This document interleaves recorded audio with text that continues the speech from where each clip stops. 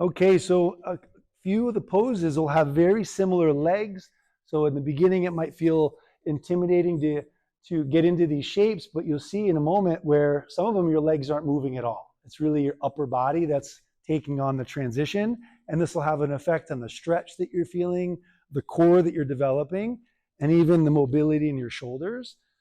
Right now, they're demonstrating Warrior One, which is indicated by the arms up, chest is relatively facing forward, and the back foot's pivoted and grounded in, ideally feeling the whole sole of your foot. And then you'll see for Warrior Two, go ahead, let's transition to that with your right arm forward. Now the chest has opened up. You'll see their hips has really opened. Their arms are nice and wide now. So very different sensation up there, but you'll notice the legs haven't shifted at all. From here, there's an option called Reverse Warrior, and that simply means you're sort of leaning back. A few poses will have that in there, that word reverse, and this is kind of just giving you the indication to lean back and express it. With the reaching arm, you'll see they've chosen a few different variations for that other arm. That's really up to you. Keep breathing. You're going to hear us say that quite often. Okay, let's come back down to a runner's lunge really quick. Bring your hands down and turn your back foot up to the toes.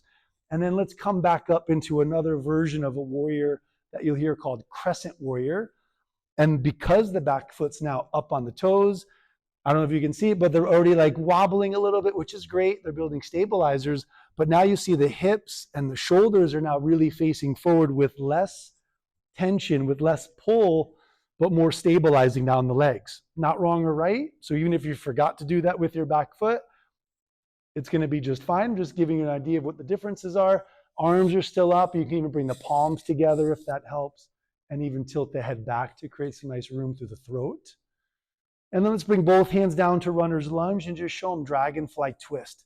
This is a common one that you'll see often where you see the legs haven't shifted, but now they're bringing a nice twist into it. And the teacher might cue to look up at this top hand so your eyes are nice and focused on one single point. Legs are strong. You want it to feel like you're standing on both legs. You're not like leaning into one or leaning into the other.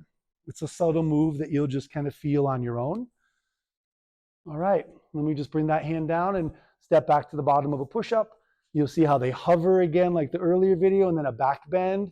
This is a normal little sequence to get you back to down dog, and start whatever sequence is coming up all over again.